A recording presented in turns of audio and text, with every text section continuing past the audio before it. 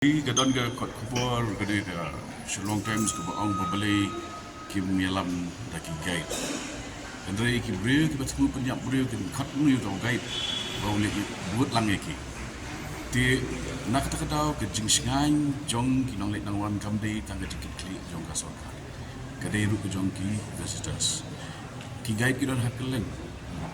Haki living root bridges jongi haki homestay jongi ki guide ki terbaru buat bersenran ni kita ki argut ande ki kim ki kentat ki kata kai ke bangi lak mele de don uput pelat ke bangi melak manjam kalau nak invasion ya ka privacy jo ki ke job jom ke jela ki pat jom jela jumi but ai ke play ai mu ni kong play ba ke jing persan ban bentuk pria jom kasora baju jela jumi kam shim lalong kam di kadai du bijing job jom police department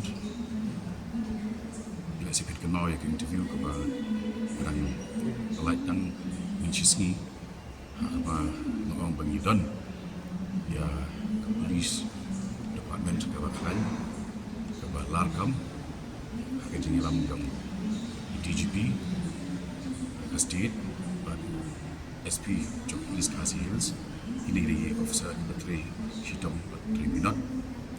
Di kumka sorkar jela, dan kini kedeka Jingim san, kaba dan kamha, kaba benpau syairu, kamtam katu kini nak national media, kiba temu hiba hipujot ya teng jo kamera nang ba kan put no ya ka jikyo jiksan jo ka jala khamdam jo ka tourism sector di unga jala ka sorkar begitu baru hiba ya tam misalnya silok nama chief minister Don Hamid dari hanya kan Samla Lajong benda begitu kita bentuk dia bentuk nam lagi ingin syami di sini jam juga ide dan nanti juga an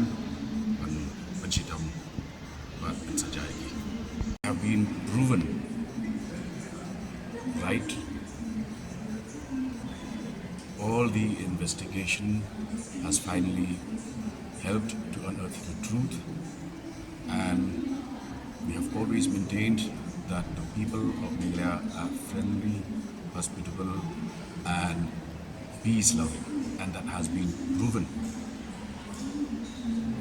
And whoever comes to Meghalaya, please come here to celebrate and enjoy the beauty of our nature, the sound of our music. Come here with pure hearts. But if you are here in order to commit crime, Meghalaya does not welcome you.